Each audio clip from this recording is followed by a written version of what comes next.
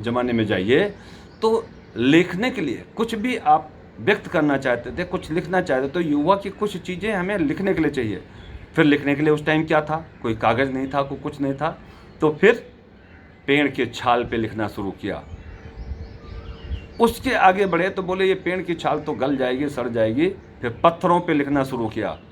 पत्थरों पे लिखने से तो छीनी हथौड़ी की ज़रूरत पड़ती थी, बहुत समय लगता था और वो एक जगह से दूसरी जगह ले जाना बड़ा मुश्किल था। फिर आगे प्रादुर्भाव हुआ। फिर धीरे धीरे करके कागज़ का निर्माण हुआ, सेठे का निर्माण हुआ, फिर जी निब का निर्माण हुआ, फिर ऐसे ऐसे करके बॉल पेन और आज की तारीख में तो रोटर पेन, पता नहीं कैसे कैसे पेन। कहने का मतलब है कि जब आपको जैसी ज़रूरत पड़ती है वैसे उसका आविष्कार करते हैं हम। ऐसे हमारे देश में क्या, हर देश में जैसे जिस चीज़ की आवश्यकता पड़ती है उसके अनुसार उसकी उत्पत्ति होती है। खेती करने के लिए अगर शुरू किया तो कहाँ से? हल बैल के जरिए खेती शुरू है, आज ट्रैक्टर और दुनिया भर के यंत्र बन गए हैं। ऐसे विज्ञान है, विज्ञान में हमें पहले इन सारी चीज़ों को पता नहीं होता। आज हमारे अंतरिक्ष में हम अंतरिक्षयान भेजते हैं हर चीज़ पता करने के लिए, आवश्यकता पड़ती जा रही है। लेकिन भाइयों, ये जो विनाशक शक्तियाँ हैं जिन्होंने कहा कि हम तो पूरी पृथ्वी को नष्ट कर सकते हैं, अरे पृथ्वी क्या, तुम एक कोना भी कुछ नहीं कर सकते हो, सिर्फ जीवाणु फैला करके लोगों को मार सकते हो। पृथ्वी, अगर तुम्हारे में दम है तो एक नई पृथ्वी बना के दिखाइए, एक नया जो है इतिहास रचिए, एक भी नक्षत्र बना दीजिए। नक्षत्रों की बात आती है भाइयों, ये जितने ग्रह हैं, हमारे 9 ग्रह हैं और बहुत सारे ग्रह हैं, आज ये जो विभीषिका हो रही है, ये जो मनुष्य मर रहे हैं, ये ग्रह नक्षत्रों का फेरबदल है। ये जिस एंगल पे जहाँ होते हैं, इनका नज़दीक होना, दूर जाना, ये आपके जीवन पे प्रभाव डालता है।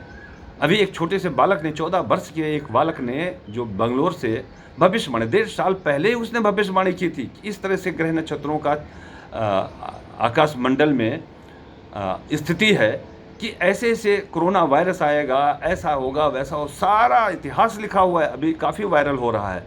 तो भाइयों, ये आपके बस में नहीं है, बस में है ईश्वर की प्रार्थना करें। अगर प्रार्थना करेंगे तो हर चीज़ क्षमा कर देंगे। और आप अपने आप को बम बना के, एटम बम बना करके बलवान न समझें। आज सारी बलवानी, सारी ताकत घुस गई। अमेरिका जैसे देश त्राहि त्राहि कर रहे हैं और न दवा बना पाए हैं और उनको समझ नहीं आ रहा कि मैं करूँगा। ये है कुदरत, ये है कि जरा सा कुदरत का कहर आ जाए, चाहे मनुष्य द्वारा ही निर्मित है या कुदरत के द्वारा है। कुदरत को लोगों ने जब नष्ट करना शुरू किया तो ऐसी चीज़ें होंगी। सो आत्मा ही परमात्मा है, आत्मा से परमात्मा को मानिए।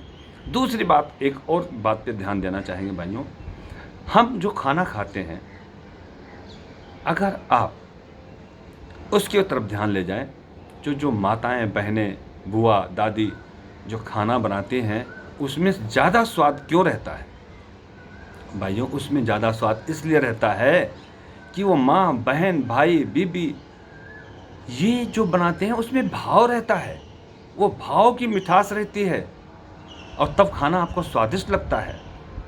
और भाइयों, कभी भी खाने का निरादर ना करें, क्योंकि आज की तारीख में अगर देखें, सबसे बहुमूल्य चीज़ क्या है? ये कंकड़ पत्थर, हीरा मोती जवाहरात, सोना चांदी नहीं है। ये तो आप मानते हैं इसको मूल्यवान।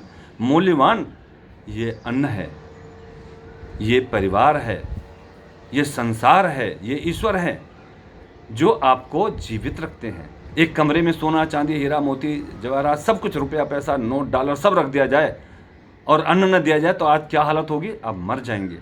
लेकिन अगर अन्न है तो सालों साल आप जीवित रहेंगे। सो महत्व उसको दें। और मैं कहता हूँ कि जो आपको खाना बना के खिलाते हैं, कभी भी खाने का अनादर नहीं करना चाहिए। हमेशा सबसे पहले जब भोजन प्राप्त करने के लिए आपके सामने परोसा जाए तो सबसे पहले एक तो अकेले भोजन नहीं करना चाहिए। अकेले भोजन ना करने के लिए आप कहेंगे मैं अकेला हूँ घर में तो क्या करूँ? तो आप ईश्वर को बुला लो। ईश्वर को बुलाने की विधि एक है कि जब भी खाना रखा जाए तो दीवस्त्र गोविंदम चोतोभ्यम समर्पयाम, बाल भोग लागे जय भगवान। ईश्वर को ऐसे बुलाइए कि हे भगवान, आपकी दी हुई वस्तु आपको समर्पित है, आकर के भोग लगाइए। आपको नहीं दिखाई पड़ेगा, वो भगवान वो अपना अंश ले लेते हैं और वो खाना और स्वादिष्ट हो जाता है। और दूसरा, ज़्यादातर घरों में नौकर चाकर हैं, हमारे घर में भी सर्वेंट हैं, लेकिन उनका सम्मान करें।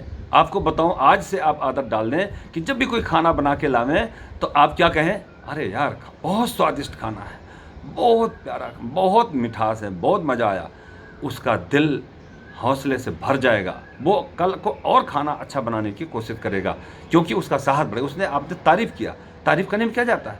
आज छोटी सी गलती तो आप सॉरी बोल देते हैं, ज़रा सा कोई चीज़ हेल्प करता है थैंक यू बोल देते हैं। अरे तो वो तो आपको जीवन जीने के लिए खाना बना के दे रहा है, उसको थैंक यू बोलने में क्या जाता है, उसका मनोबल बढ़ाने में क्या जाता है। दूसरा, कभी भी कोई चीज़ कमी भी रह जाती है तो उसको डांट के नहीं, उसको ये कहें थोड़ा सा इसमें नमक ज़्यादा है, तो कल से ऐसा करें भैया कि जो है इसमें 1 चम्मच निकाल के अब देख लिया करें, अगर नमक ज़्यादा है तो थोड़ा पानी डाल दें, थोड़ा और कुछ डाल दें, इस तरह से स्वाद चख के दें। तो भाइयों, सबका सम्मान करें, सभी सुखी हम भी सुखी, अगर सभी दुखी तो हम सुखी नहीं रह सकते। तो भाइयों, मैं अपनी वाणी को यहीं विश्राम देना चाहता हूँ। जय श्री राम।